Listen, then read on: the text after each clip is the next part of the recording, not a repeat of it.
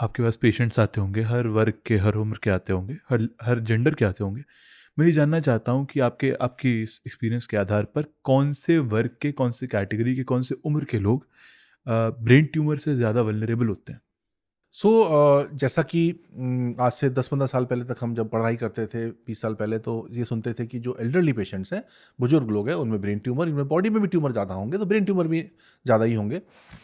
पर लास्ट 15-20 साल में हमने ट्रेंड देखा है कि बहुत सारे यंग पेशेंट्स में भी अब कैंसर्स होने लगे हैं, ब्रेन कैंसर्स, हुँ। मतलब मैलिग्नेंट ब्रेन ट्यूमर्स, जो कि पहले नहीं होते थे। पहले 50-55-60 साल की उम्र के बाद ही ब्रेन ट्यूमर या ब्रेन कैंसर देखे जाते थे। पर आजकल हमारे पास एज यंग एज 20-25 ईयर्स वाले लोग जो हैं, उनमें भी हम लोग ब्रेन में कैंसर्स देखते हैं। बाकी ब्रेन ट्यूमर्स तो छोटे बच्चों में, इन्फेंट्स में, बुजुर्ग में, हर एज पे हम लोग कॉमनली देखते हैं। एक चीज़ और है जो मैं आपको ऐड करना चाहूँगा, ब्रेन का सबसे कॉमन ट्यूमर वो ट्यूमर है जिसे मेटास्टेसिस कहते हैं। हुँ। मेटास्टेसिस मतलब होता है कि वो प्राइमरी ट्यूमर कहीं और है और वहाँ से फैल के वो ब्रेन में गया है। हुँ। तो अगर वो ब्रेन में गया है और ब्रेन मेटास्टेसिस है, तो वो सबसे कॉमन ब्रेन का ट्यूमर है अभी भी, जिसमें हम 90% केसेस में रेडिएशन से ही ट्रीट कर देते हैं, सर्जरी की ज़रूरत नहीं पड़ती। वो वाले ट्यूमर्स का इंसिडेंस डेफिनेटली बुजुर्गों में ज़्यादा देखा जाता है, इसलिए क्योंकि बॉडी की काफ़ी सारे ऐसे कैंसर्स हैं जो कि एल्डरली पॉपुलेशन में ही देखे जाते हैं। जैसे कि आपने बात करी अभी कि आप पिछले 15-20 सालों से देखते हैं कि युवाओं में और वो एक जो यंग लोग हैं, उनमें भी आपको ज़्यादा केसेस देखने को मिलते हैं। तो मेरा सवाल ये था कि क्या आपको ऐसे कोई कारण समझ में आते हैं, कोई इन्फ्रेंसेस समझ में आते हैं कि यार इस कारण से ब्रेन ट्यूमर इन लोगों में इस उम्र में ज़्यादा हो रहा है?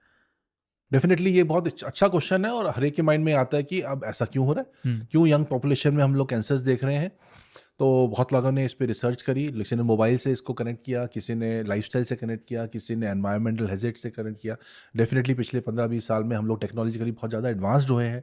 बहुत सारी चीज़ें होने लगी है, सीटी स्कैन वगैरह की इंसिडेंस बढ़ने लगे हैं, मोबाइल यूज़ बढ़ गया है। लेकिन अभी तक किसी भी रिसर्च में कोई भी ठोस कारण निकल के नहीं आया है कि इस वजह से इन लोगों में, इन ग्रुप में ब्रेन ट्यूमर या ब्रेन कैंसर के कारण ये चांसेस बढ़ गए हैं। तो ब्रेन ट्यूमर को हम किसी भी फैक्टर से कोरिलेट नहीं कर सकते आज की डेट में। यानी अभी तक हम ये नहीं जानते जी हैं कि नहीं। ब्रेन ट्यूमर जो है उसका कारण क्या है? किस कारण से होता है? हम जब कारण की बात करते हैं तो सिर्फ एक लेस देन 1% पॉपुलेशन है जिसमें जेनेटिक बेसिस है, जिनमें जो बच्चे पैदा होते हैं उनमें सिंड्रोम्स होते हैं, हुँ। जिसमें कि जीन्स में कुछ चेंजेस होते हैं, क्रोमोसोम्स में कुछ चेंजेस होते हैं, जिसकी वजह से उनमें ब्रेन ट्यूमर होने की प्रोपेंसिटी बढ़ जाती है। अदरवाइज उसके अलावा बाकी सब पेशेंट्स में जो भी ब्रेन ट्यूमर हो रहा है उसका कोई कारण नहीं है, ये सिर्फ एक खराब किस्मत है।